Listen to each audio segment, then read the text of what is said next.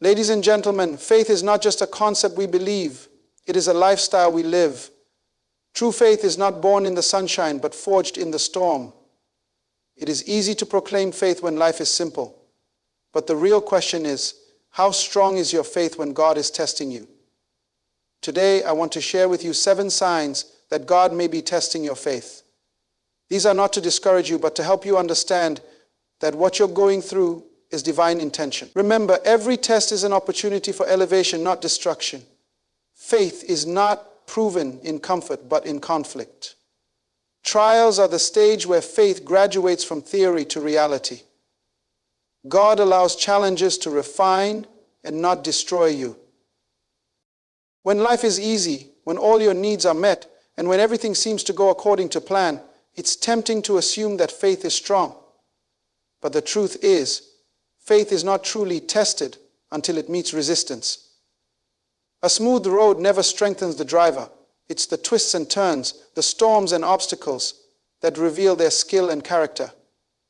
So it is with faith. God allows moments of uncertainty, seasons of waiting, and challenges that stretch you beyond your comfort zone, not to punish you, but to elevate you. One of the clearest signs that God is testing your faith is when the things you depend on are shaken.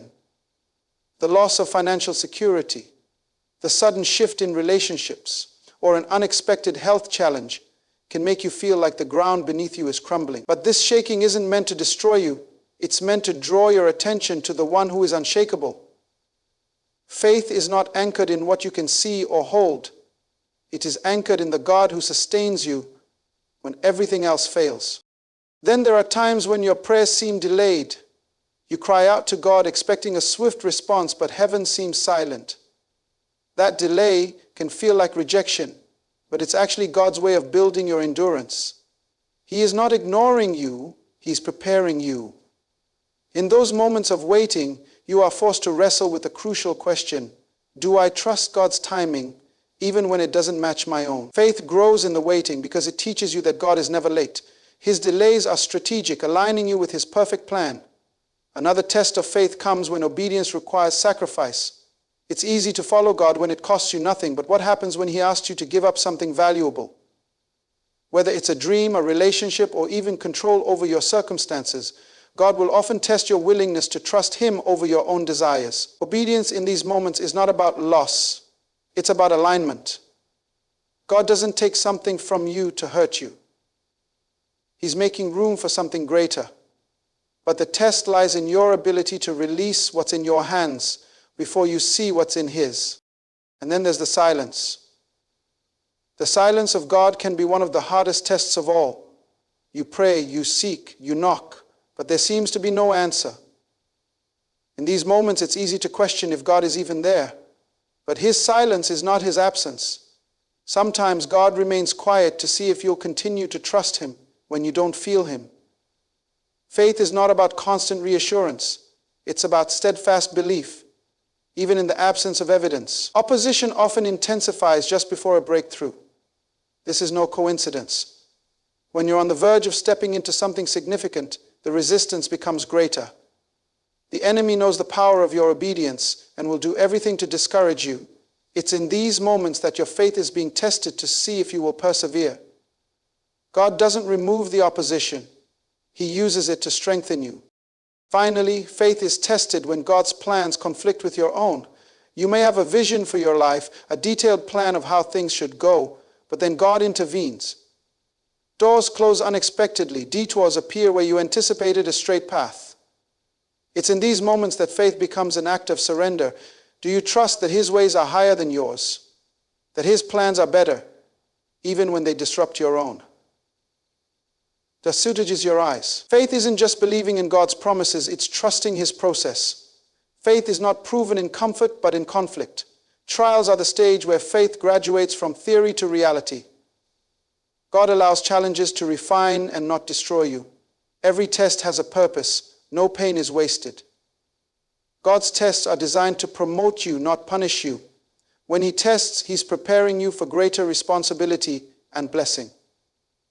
So, in life, we often ask why when trials come. Why this situation? Why this pain? Why me? But the reality is, nothing God allows in your life is without reason. Every test, no matter how difficult, has a divine purpose behind it. It is never random, and it is never wasted. God is intentional in everything He does. The trials you face today are not meaningless. They are tools in God's hands, shaping you into the person He has called you to be. Testing is not a sign of God's anger. It's a sign of His investment in your future. He does not test you to see you fail. He tests you to strengthen what is already inside you. Think of a teacher who gives an exam to their students. The test is not given to discourage them, but to measure their readiness for the next level. Similarly, God tests you because He sees what's in you, even when you can't see it yourself. But here's the truth. Promotion always requires preparation. Before God elevates you, He tests your heart, your character, and your commitment. Look at the life of Joseph. He was given a dream of greatness, but before the dream became reality, he endured years of testing, betrayal, slavery, and imprisonment.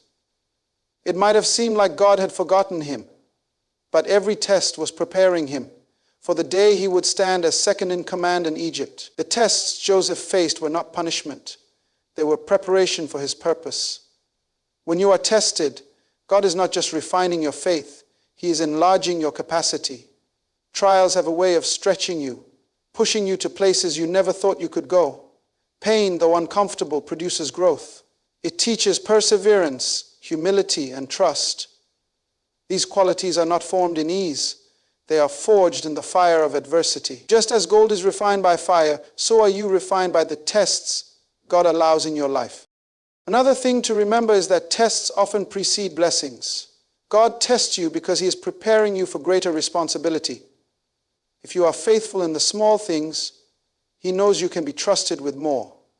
The test is a proving ground, a place where God examines whether your heart is ready to carry the weight of the blessing He has planned for you. It's also important to understand that pain can become a platform. The trials you go through are not just for your benefit. They can also serve as a testimony to others. When God brings you through the storm, you are equipped to encourage someone else who is walking through a similar situation. What you see as a season of pain can become a season of purpose when you trust God's plan. Every test has a beginning, but it also has an end. No trial lasts forever. God is not only the one who allows the test, He is the one who controls its duration. He knows how much you can handle, and He promises never to give you more than you can bear. The same God who walks with you in the trial will also bring you out of it, stronger and more refined than before. Every test has a purpose. No pain is wasted. God's tests are designed to promote you, not punish you. When He tests, He's preparing you for greater responsibility and blessing. A delay is not denial. When your prayers seem unanswered, God may be testing your patience to see if you trust His timing over your own. Patience is one of the hardest virtues to practice, especially in a world that celebrates speed and instant results. We live in a culture that expects everything now, quick answers, fast solutions, immediate gratification. But God operates on a completely different timeline, one that is not dictated by human urgency. When your prayers seem delayed, it's not because God has forgotten you. It's because He is working on something far greater than what you can see in the moment. Delays are often misunderstood as denials. When the answers we long for don't come as quickly as we hope, doubt begins to creep in. Does God hear me? Does He care? Is He even paying attention? But in the silence, God is testing your trust in His timing. He wants to see if your faith rests on your own expectations or on His perfect plan. Faith that relies on immediate results is shallow. True faith is revealed in the waiting. Think of the story of Lazarus. When Mary and Martha sent word to Jesus that their brother was gravely ill, they expected Him to come immediately. But Jesus delayed, allowing Lazarus to die. To them it felt like a denial, a failure to respond. But Jesus had a greater plan in mind. His delay was not neglect. It was a setup for a miracle that would glorify God and strengthen their faith. Sometimes what feels like God's absence is actually His strategic delay to reveal His power in ways that go beyond what you could ever imagine. Delays are not just about timing, they are about trust. God is more interested in developing your character than delivering quick solutions. He uses seasons of waiting to refine your patience, deepen your dependence on Him, and teach you to rest in His sovereignty. When you are forced to wait, you learn to release control. You realize that no amount of striving or worrying will move God's hand faster. Trusting Him means surrendering your timeline and embracing His. There is also a hidden blessing in delays. Sometimes what you are praying for is not ready for you, or you are not ready for it. God's delay may be protecting you from stepping into something prematurely.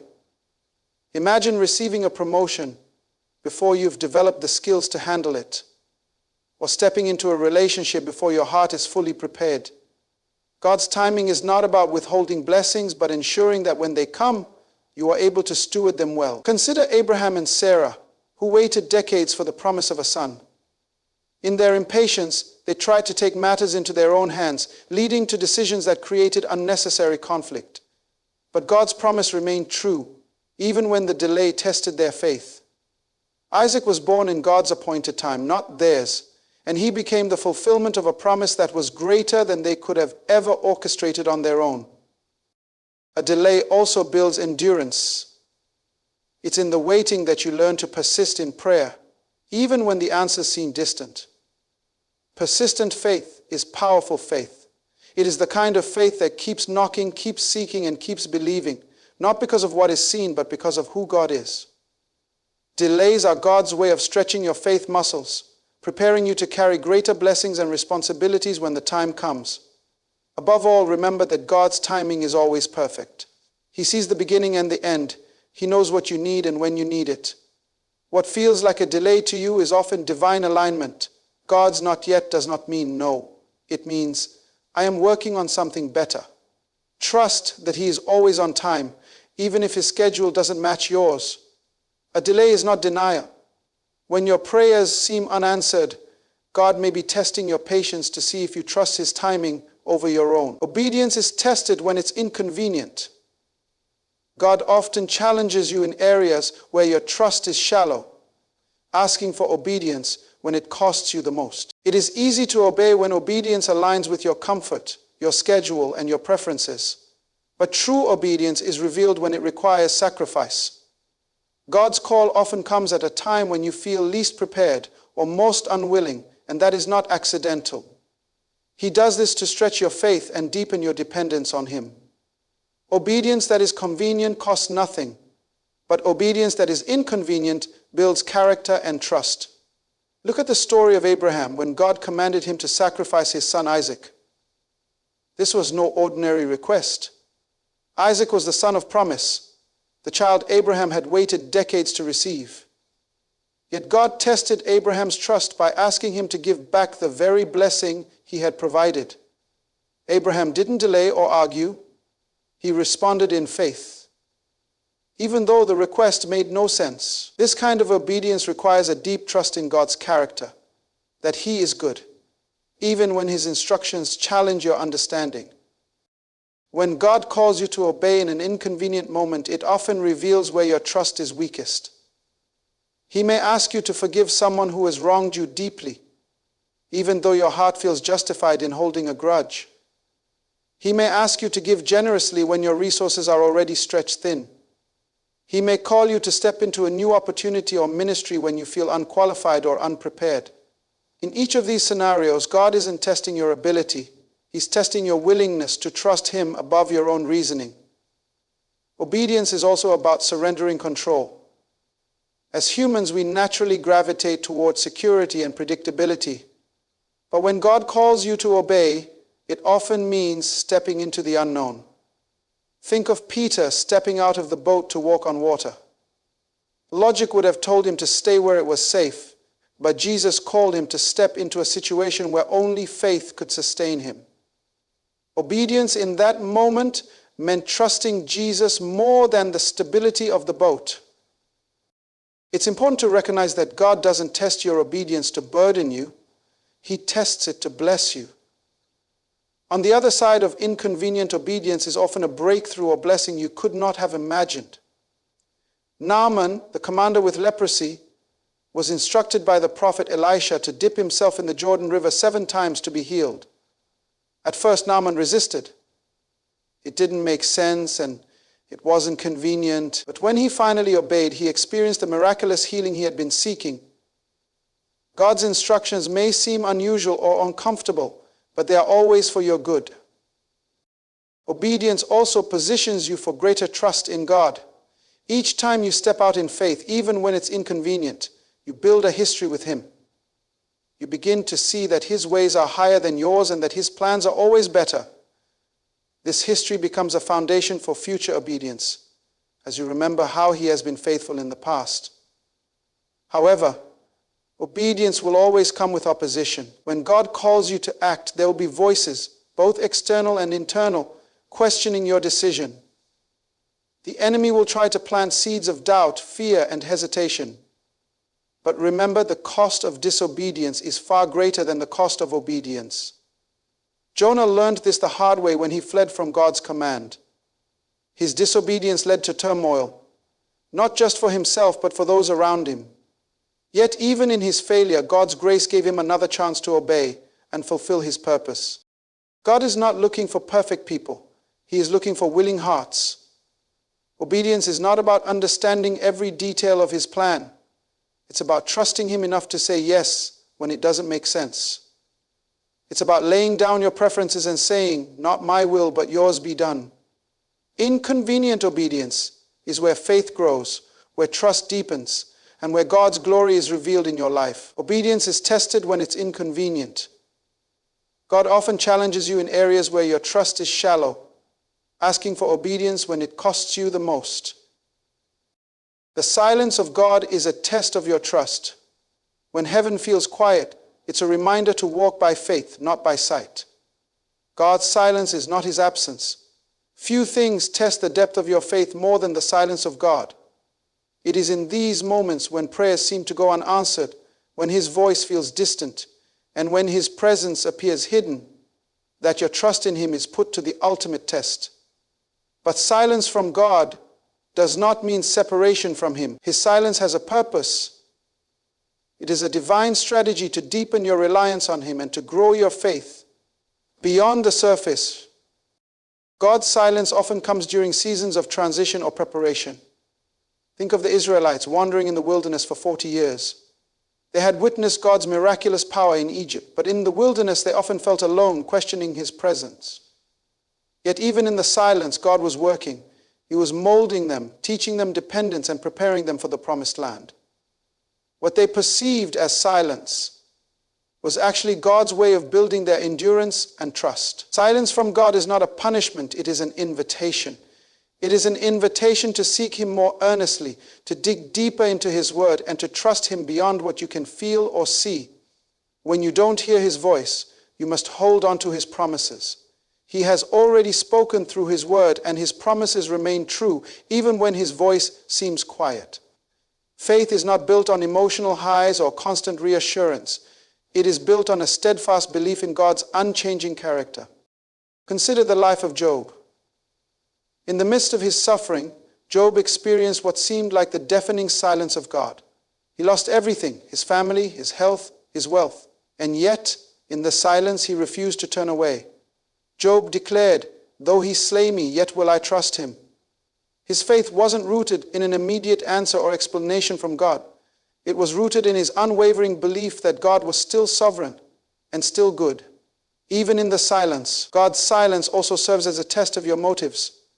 When you don't receive an immediate response, do you continue to seek Him for who He is, or do you only seek Him for what He can do? True faith pursues God, not for His blessings, but for His presence. The silence of God reveals whether your faith is transactional or relational. It's in the quiet seasons that your love for Him is purified, moving beyond what He gives to who He is. There is also a refining power in the silence of God. It strips away distractions, forcing you to confront the condition of your heart. Silence creates space for self-reflection, repentance, and a renewed focus on God's will. It is in these moments that your spiritual roots grow deeper, anchoring you in a faith that is unshaken by circumstances or emotions. Even Jesus experienced the silence of God. On the cross, he cried out, my God, why have you forsaken me?" In that moment, he felt the weight of silence, yet his faith never wavered. His trust in the Father's plan remained unbroken. Jesus' experience teaches us that silence is not the end of the story. It's a chapter in the larger narrative of God's redemption and purpose. God's silence is never his absence. Even when you can't feel him, he is with you. His silence does not mean he is uninvolved. Often he is working behind the scenes in ways you cannot yet see. Just as a teacher remains silent during a test, God's silence is a sign that he is watching, waiting to see if you will trust him, even when there are no immediate answers. Faith is not about walking by sight. It is about trusting in the unseen, in the assurance that God is always present, always working, and always faithful. His silence is not a sign of his abandonment, but a call to deepen your trust in his promises. The silence of God is a test of your trust. When heaven feels quiet, it's a reminder to walk by faith, not by sight. God's silence is not his absence. True faith requires surrender, not just belief. Faith is proven when you release control, trusting God's ways, even when you can't understand them. Belief is the starting point of faith, but it is not the entirety of it. Many people believe in God, but faith that remains intellectual or theoretical is incomplete. True faith calls for action, and more than that, it calls for surrender. It is one thing to believe God can work in your life. It is another thing entirely to trust him enough to let go of control and allow him to have his way, even when his path challenges your understanding or disrupts your plans. Surrender is not a passive act. It is a bold declaration of trust. It is saying, Lord, I trust you more than I trust myself. I trust your wisdom more than my reasoning, your timing more than my schedule, and your plan more than my preferences. Surrender acknowledges that God's ways are higher than your ways, and his thoughts are higher than your thoughts. It is the recognition that you don't need to understand everything to obey. Consider the story of Noah. God instructed him to build an ark not when the skies were dark and the rain was falling, but when the sun was shining and there was no sign of a storm. Noah didn't argue or demand an explanation. He surrendered to God's instructions, trusting that the one who gave the command knew what he was doing. His faith was not proven by his belief in God's ability, but by his willingness to act in obedience and trust, even when it seemed illogical. Surrender often requires you to let go of what feels safe or familiar. It means releasing your grip on the plans you've carefully crafted and trusting that God's plan is not only better, but perfect. This is not always easy. Human nature craves control. We like to know what's next, to anticipate outcomes, to have a sense of certainty. But faith demands that you place that control into God's hands, even when you can't see the full picture. Abraham demonstrated this kind of faith when God asked him to leave his homeland and go to a place he would show him. Abraham didn't have a roadmap or a detailed explanation. He simply obeyed, stepping out in faith with no guarantees other than God's promise. That is the essence of surrender. Trusting God enough to take the next step, even when the destination is unclear. True surrender also involves releasing your need for immediate answers. There will be times when God's ways make no sense to you. In those moments, faith requires you to lean not on your own understanding, but on his unfailing wisdom. This is what Job did in the midst of his suffering. Though he didn't understand why he was enduring such pain, he declared, "The Lord gives, and the Lord takes away. Blessed be the name of the Lord." Job's faith was not dependent on clarity, it was anchored in trust. Surrender is a daily choice. It is not a one-time decision, but a continuous act of faith. Each day brings new opportunities to trust God, whether in your relationships, your career, your finances, or your future. And with every step of surrender, your faith is strengthened. You begin to see that the God you are trusting is faithful, that he does not fail, and that his plans are always for your good. True surrender is not about passivity or giving up. It is about releasing control so that God can work in ways that exceed your expectations. When you hold on too tightly to your own plans, you may miss the greater things God has prepared for you. Surrender creates space for Him to move, to align your life with His purpose, and to take you places you could never go on your own. Faith is not proven in the moments when everything is clear and easy. It is proven in the moments when you have to let go, when you have to trust, when you have to surrender. True faith is not just believing in God's existence, it is trusting in His sovereignty, His timing, and His plan. It is saying, Lord, I don't understand, but I trust you. True faith requires surrender, not just belief. Faith is proven when you release control, trusting God's ways even when you can't understand them. Faith is not proven in comfort but in conflict. Every test you face is an opportunity for your faith to grow, your character to be refined, and your destiny to unfold. God never allows a trial without a purpose. Every storm is designed to reveal His strength in your weakness. When the heavens feel silent, He is watching, refining, and drawing you deeper into trust. When the answers don't come as quickly as you hope, it's because He's aligning you with His perfect timing. Faith is not about convenience, it's about commitment. It's about obeying when it's inconvenient, surrendering when it's uncomfortable, and trusting when it's unclear. Real faith steps into the unknown, embraces the delays, and withstands the silence because it rests on the unshakable truth that God is faithful. So, my friends, no matter the test you are facing today, whether it's in the waiting, the silence, or the sacrifice, stand firm. Trust that God is not absent, He is present. He is not withholding, He is preparing. He is not testing you to break you, but to build you. Let every trial become a testimony, every challenge a chapter in your journey of faith, and every moment of surrender a reminder that His ways are higher than yours.